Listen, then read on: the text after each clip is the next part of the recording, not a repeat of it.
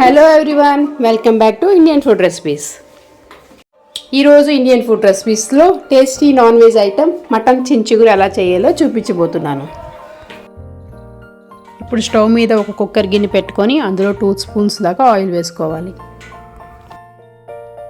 Oil heat అయ్యాక ఇందులోకి సన్నగా తరిగినటువంటి 2 మీడియం సైజు ఆనియన్స్ ఇంకా పచ్చిమిర్చి వేసుకొని ఫ్రై చేసుకోవాలి. ఉల్లిపాయలు త్వరగా వేగడానికి కొంచెం సాల్ట్ వేసుకోవాలి. ఇంకా చిటికెడు పసుపు వేసుకొని ఆనియన్స్ గోల్డెన్ బ్రౌన్ కలర్ వచ్చే వరకు వేయించుకోవాలి.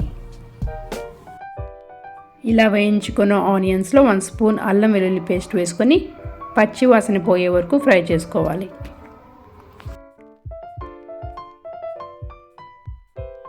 ఇప్పుడు ఇందులో 1 kg మటన్ యాడ్ చేసుకోవాలి. మటన్ పీసెస్ అన్నీ కూడా ఆయిల్లో చక్కగా వేగాలి. మంటని మీడియం ఫ్లేమ్లో పెట్టుకొని ఒక 2 మినిట్స్ కలుపుకొని మూత పెట్టాలి. ఒక 5 నిమిషాలు మీడియం ఫ్లేమ్లో ఉంచి 5 నిమిషాల తర్వాత మూత తీసి తిరిగి మరొకసారి కలుపుకోండి.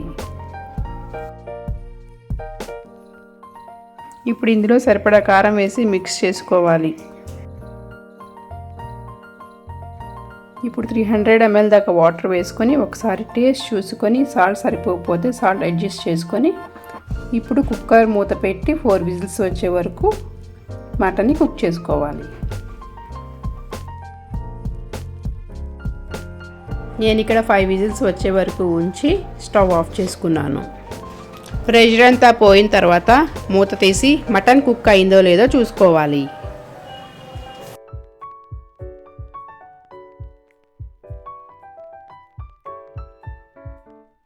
ఇప్పుడు శుభ్రం చేసి పెట్టుకున్న 300 grams చింత చిగురు ఇంకా గరం మసాలా పౌడర్ వేసి అంతా కలిసేలా కలుపుకోవాలి.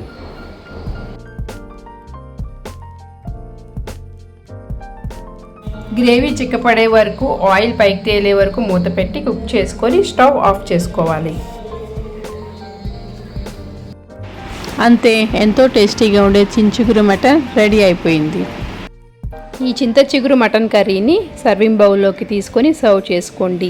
ఈ మటన్ కర్రీ రైస్లోకి కానీ బిర్యానీలోకి కానీ చేసుకుంటే చాలా బాగుంటుంది.